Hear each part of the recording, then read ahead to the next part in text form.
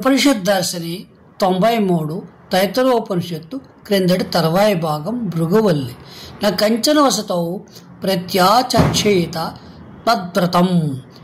ఎవరైనా అతిథిని కాని బాటసారిని కాని ఆశ్రయం ఆశించి వచ్చిన వారిని తృణీకరించి తిప్పి పంపకూడదు. ఆదరించి వారిని తృప్తిపరచడం మీ కర్తవ్యం. తస్మాద్యయ కయాచ విధాయ బహన్నం ప్రాప్నుయాత్.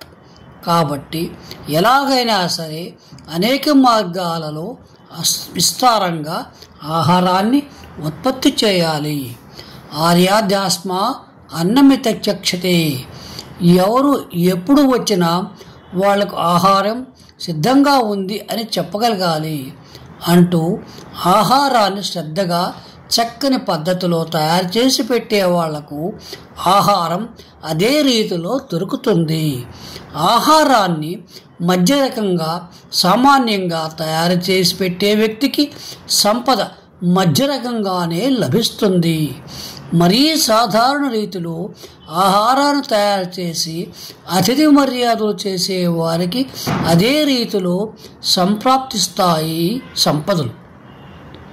పై విధంగా ఆహార సంపద యొక్క ప్రాధాన్యతను, అన్నదాన ఫలితాన్ని తెలుసుకొని అతిథి మర్యాదలు చేసే గృహస్థు దాని నిజ ఫలితాలు పొందుతాడు.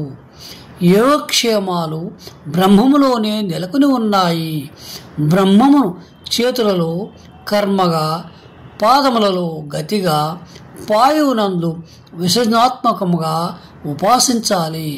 వర్షంలో తృప్తి రూపంగాను, విద్యుల్లతలలో బల రూపంగాను, పశు సంపదలో కీర్తి రూపంగా, తారలలో జ్యోతి రూపంగా, జనేంద్రియాలలో ఆనంద రూపంగా, ఆకాశంలో సమస్తంగాను ఆ పరమాత్మే ఉన్నాడు. అది దైవిక ఉపాసనలు. మనం మంచి మాటలతో మంగళకరమైన పనులు చేస్తున్నప్పుడు ఆ మాటలు పనుల రూపంలో ఆ భగవంతుడు అభివ్యక్తమవుతాడు.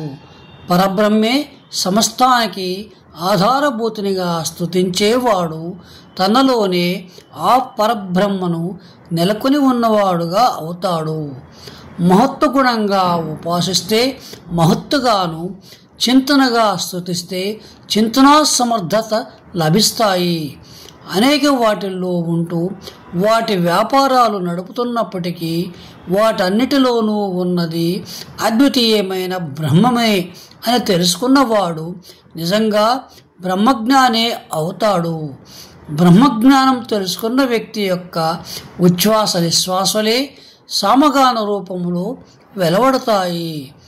అహం బ్రహ్మస్మి అనే స్థితిని చేరుకున్న వ్యక్తి సమస్త వేళలలోనూ బ్రహ్మత్వంలోనే ఉంటాడు. ఆ సమత్వ స్థితే అతనిలోని సమగానాన్ని పలికిస్తుంది. ఆ ఆనందానుభవంతో ఈ ఉపనిషత్తు సమాప్తమవుతుంది.